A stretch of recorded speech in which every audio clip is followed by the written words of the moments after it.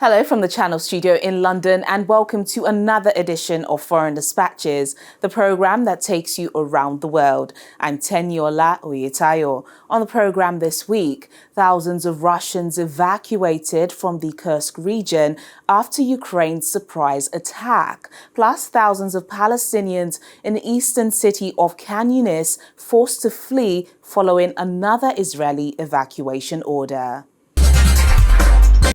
Tens of thousands of people have been evacuated from Russia's Kursk region on the border with Ukraine. They were forced to flee their homes after Ukrainian soldiers launched a surprise offensive, marking the biggest attack on sovereign Russian territory since the beginning of the invasion over 2 years ago. Residents carrying a few belongings in plastic bags and pets in their arms board evacuation vans with the help of volunteers. The evacuation order came as Russian forces battled Ukrainian troops in Russia's Kursk region across the border from Sumy. The Ukrainian forces smashed through the border on Tuesday, August the 6th, in what Moscow said was an attempt to force Russia to divert resources from the battlefront in Ukraine. Fighting has continued in the region, with Ukraine reportedly making gains deeper into Russian territory. On Monday morning, residents in parts of Belgorod, which lies to the south of Kursk, were told not to panic, but that they must evacuate. We were driving and I was praying to God that we don't get into any car accident. We were driving so fast with my son-in-law, daughter, and their children.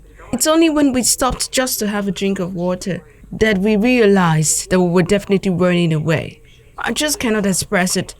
We do not know anything, if the houses are still there or not. We do not even have any communication with anyone. Our whole life is left behind, friends who left as well, our house, everything. They were saying that looting was going on. If you were not killed, your house is not hit, you still don't know what you're going to find. Everything we had was left there. Russian officials say they have opened 400 temporary shelters across the country to house thousands of people displaced. Reacting to the incursion, President Volodymyr Zelensky said Ukraine has taken the war into the aggressor's territory. According to officials, Ukraine is not interested in taking territory in the Kursk region, but the offensive can help bring peace closer by putting pressure on Russian President Vladimir Putin. It marks the biggest coordinated attack on Russian territory by Kyiv's forces. Russia has so far struggled to halt the Ukrainian advance, with more than 76,000 people evacuated from the Kursk region, where a state of emergency was declared by local authorities.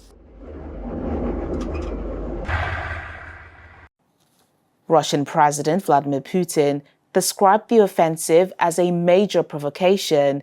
He has accused Ukraine of committing crimes against Russian people and says Kyiv would receive what he called a worthy response. It's unclear if Ukraine's push into Russian territory will ultimately succeed in turning the tide of the war. While the UN has voiced concern about the military developments in the war, Kyiv's allies have said the country has the right to defend itself by attacking targets in Russia. We are fully standing behind Ukraine's efforts to restore its territorial integrity and sovereignty and to push back and fight the illegal aggression by Russia. We don't speculate on what-if scenarios, but again, our very principled and general position is that Ukraine is under illegal aggression. So Ukraine is fighting a rightful defensive war. Based on international law, Ukraine has a right to defend itself, and this right to defend itself includes also hitting the enemy on his territory.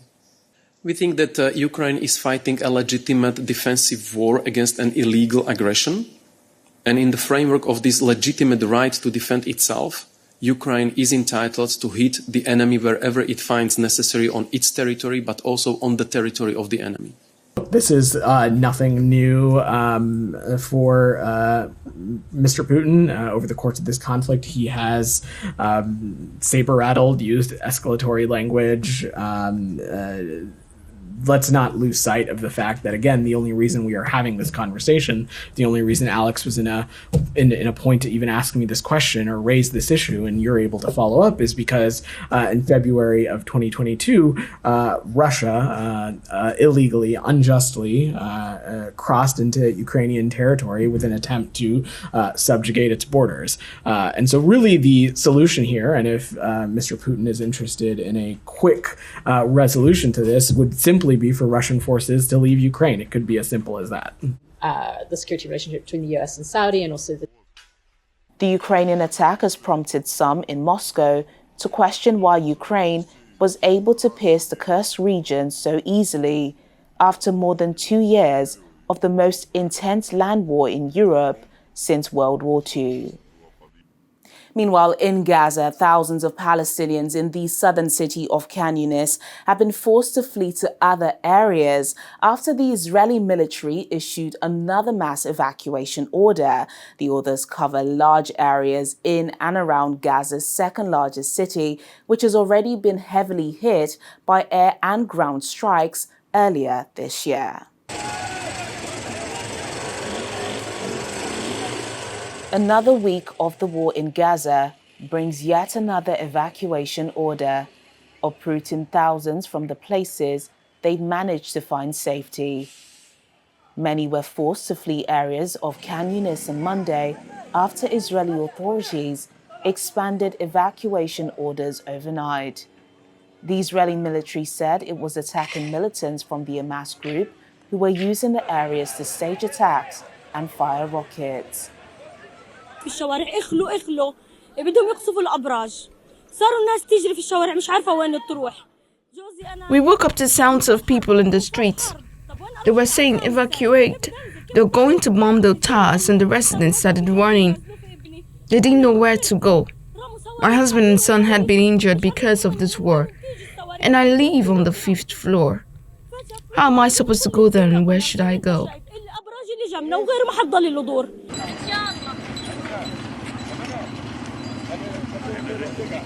An announcement sent to residents' phones said they should evacuate immediately to a newly created humanitarian zone. While Palestinian and UN officials say there are no safe areas left in the enclave. The health situation in Gaza remains critical, and the healthcare system is barely functional, providing brave but limited support for the injured and the sick, for the women in childbirth, and against rapidly spreading disease. Thousands of patients in critical conditions are on waiting lists for medical evacuations. It bears repeating, there's no protection of civilians in Gaza. Alongside the relentless mass displacement within Gaza, many thousands of Palestinians have left, and many more are trying to. As this conflict persists and lives are threatened daily, civilians must be allowed to seek protection. Those displaced must also be guaranteed the right to voluntarily return. What we're seeing in Gaza is the result of a war waged with pitiful, if any, regard for the requirements of international law. I share the Secretary General's and others' deep concern about violations of international humanitarian law being committed throughout this conflict. This man says it's its 6th time he's had to flee since October the 7th. That was the day Hamas militants stormed into southern Israel, killing 1,200 people and taking 250 hostages, according to Israeli tallies. I have fled 6 times already. Now, where shall I go? My wife is sick. She can't even speak. They told us to leave. But I ask, where? Where should I go? I can't even find a car to leave. And I have no money to go anywhere. 10 months into the war, about 40,000 Palestinians have been killed in the Israeli offensive, according to Gaza's health ministry. More than 91,000 people are also believed to have been injured. This US doctor and former US Army combat surgeon, who was recently in Gaza, says he has never in his career witnessed the level of atrocities seen. Gaza, the situation there was really bad when I got there, and it's much worse now that I've left. It continues to deteriorate. We're 10 months into this, and their lack of resources is only getting worse day by day. The situation, the malnutrition is worse. I've never seen anything like this. I've seen this with my own eyes, and it's worse than that. It's worse than what we're seeing on the screens. And compared to other war zones, other man-made and natural disasters, this is the worst I've ever experienced. The worst thing that I've seen in Gaza is it's the combination of everything. It's the killing that's happening, the targeting of civilians with impunity and consistently and systematically. This is happening on a daily basis. It's not accidental. It's not just targeting of combatants and fighters. That's all a facade to what's happening. Just the sheer numbers of the casualties speaks about it. The number and the consistency of all the people witnessing this. You know, every humanitarian worker who's gone there, every doctor who's been there, and we're talking now, you know, at least from the United States, at least 100 doctors have been there, and some of us multiple times, and different locations throughout Gaza at different times, and are all consistently saying the same thing. Meanwhile, more than 70 people were killed at a school building which sheltered displaced Palestinians on Saturday. The strike has been criticized by Western powers as well as regional countries, which have said it shows Israel has no desire to reach a ceasefire or end the Gaza war. The devastating Israeli attack on the El Tiban school in Gaza City, which prompted this meeting, points once again to the desperate need to reach a ceasefire, free the hostages, and scale up humanitarian aid to Gaza. If the slide towards an even greater catastrophe is to be halted, the parties must end all escalatory rhetoric and actions. I reiterate the Secretary General's call for all to work vigorously towards regional de-escalation in the interest of long-term peace and stability. We reiterate that the international community cannot proclaim the importance of international law, including the respect for the UN Charter in some situations, but not in others. The ability of Israel to simply ignore binding decisions from international organizations with no consequences is unacceptable. Israel claims that Hamas is using civilian infrastructure to plan and carry out attacks, and that is why it has been targeting hospitals and schools, sites protected under international law. Hamas has consistently denied the accusations. According to the United Nations, 477 out of 564 school buildings in Gaza have been directly hit or damaged as of the 6th of July, with more than a dozen targeted since. When Foreign Dispatches returns in just a moment, the Ugandan president orders an investigation into a deadly landslide at the capital's only landfill. Please stay with us. Thanks for staying with us on the program. At least 24 people have been confirmed dead following a massive landslide at the Kitezi landfill site on the outskirts of Uganda's capital, Kampala. As of Wednesday, people were still waiting for news of their missing loved ones. The president has ordered an investigation into the disaster, questioning why people were living near such an unstable heap of garbage. Ugandans raced to dig out potential survivors after a deadly landslide in the capital, Kampala. Footage captured on Monday shows bulldozers cleaning up rubbish, Red Cross members preparing humanitarian aid boxes for victims, and locals walking around the accident site and resting in a shelter. So it was like a landslide. It was I can say garbage sliding. Yeah, it was like a garbage sliding. It slided up to the extent to reach 300 meters where the people were. And I'm sure the people who have died, there are more than 200 down there. That is what I think. Because it is over 100 houses down. And I'm sure even if they take a month, they will not finish the all people down there. We are in a lot of fear. We don't even sleep. We don't sleep. That is the reality. We don't sleep. Some of us will sleep even outside the verandas. Yes, because we fear that the incident can even reach to our extent. Because if you can reach outside there, we are next to the garbage collection point. The tragedy occurred at the only garbage dump in the Ugandan capital, Kampala, a city home to an estimated 4 million people.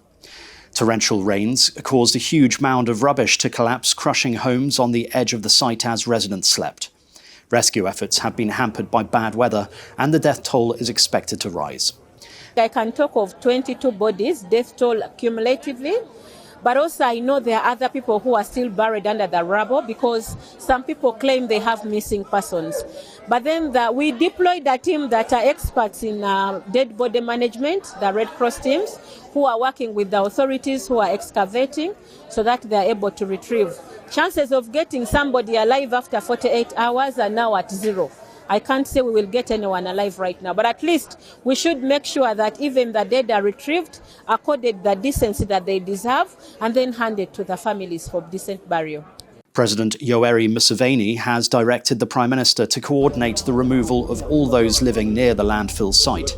The government has also launched investigations into the cause of the landslide. Immediate challenge right now is to focus on the safety of the people here. Safety of the people. And it's the onus is on government to come up with a plan on how to handle this. The onus is on General Kaguta Museveni, it's on the cabinet, it's on the institution of KCC to work out a robust and comprehensive resettlement plan for these people. A coherent one. Military is here, the police is here, they are just chasing away people. Go away, go away. Where do you want them to go? In wilderness? To go and sleep on the streets? Where do you want them to go? The question is, what plan, relocation plan do we have as government? That is the point. The landfill site, known as Kitizi, has served as Kampala's sole rubbish dump for decades and had turned into a big hill. Residents have long complained of hazardous waste, polluting the environment and posing a danger to those living nearby. In Sudan, as heavy seasonal rains sweep across the country, refugees and internally displaced people continue to bear the brunt of an incredibly dire humanitarian situation following more than a year of deadly conflict. Since mid-April, extreme weather events have been pounding refugee and displaced communities across East Africa. Over 11,000 people, including refugees hosted in Sudan and local communities in the eastern Kassala state, have been impacted by severe floods and heavy rains in the past 2 weeks. This includes families who recently arrived after fleeing violence in Sennar state. Some have been displaced 3 or 4 times since the start of the conflict. They are now facing significant challenges in accessing clean water and sanitation facilities, increasing the risk of waterborne diseases. The school was flooded while we were asleep. We woke up and found it was submerged. Vehicles sank and we lost all our belongings. We need drinking water, a fully equipped clinic for children and chronic diseases. On the same day we arrived, it rained heavily. The suffering was immense. This was the second suffering after the war. All the tents were swamped.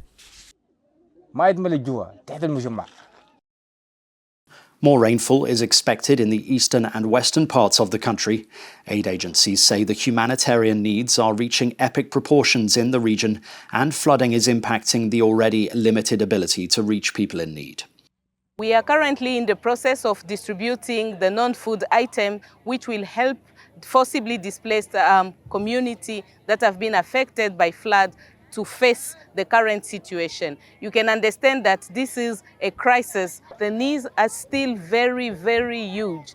People who have been affected by floods still need shelter, health services, access to water, hygiene and sanitation. They still need access to education, child protection, but also access to livelihood opportunities. As the conflict spreads across the country, people continue to move in search of safety. To date, over 10 million people have been forced to flee their homes, both within the country and across its borders. The 24th of June and up to date, so this is less than 1.5 months, we have counted 726,000 who have been displaced. This is only one front line. If you add to this the others, I give you an example, Khartoum. Out of the 10.7 million internally displaced in Sudan, 35% of them are coming from the capital of Sudan, Khartoum. That's almost the whole capital of a country has been displaced. So imagine the scale of displacement. We still have large number of civilians who are trapped there, extremely under very hostile environment, zero access to healthcare services. They walk for hundreds, maybe of meters or kilometers, many of them under a very hostile environment, trying to secure food. The food prices are skyrockets, very shortage in everything. There are militias who have taken civil properties all over the places. So there are civilians who are trapped there. They cannot get out. Maybe they don't have a place to go out. Just last week, global food security experts at the Integrated Food Security Phase Classification Famine Review Committee reported famine conditions in parts of North Darfur, including Zamzam camp near Al Fasher town. The camp is home to 500,000 displaced people, confronted by extreme food scarcity, which has fueled malnutrition and death.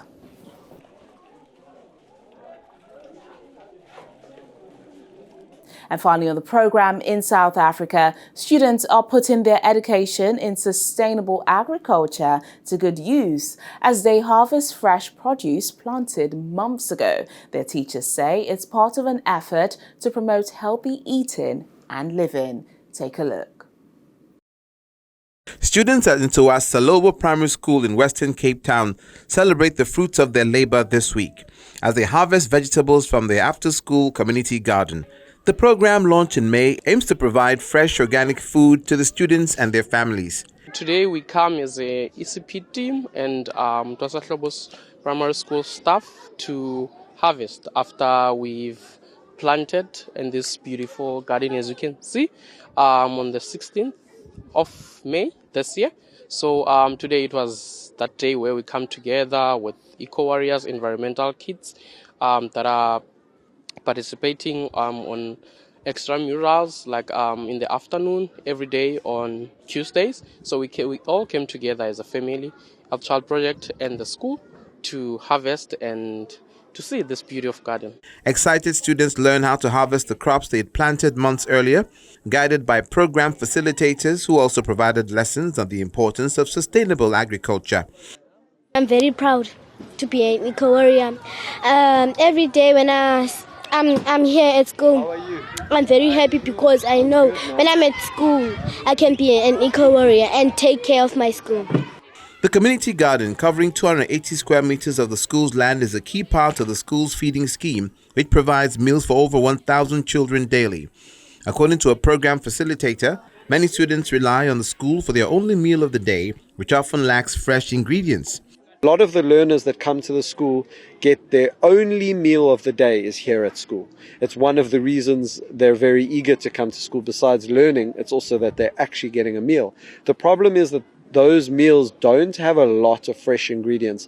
And if there are fresh ingredients, for example, like carrots and cabbage that sometimes they get in the recipe, it's definitely not organic.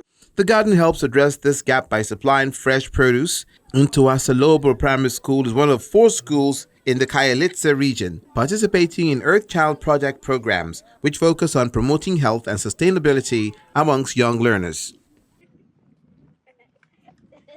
And that's the program today. But remember, our top stories are never far away. You can catch them on channelstv.com. Thank you for watching. I'm Teniola Oyetayo. Bye for now.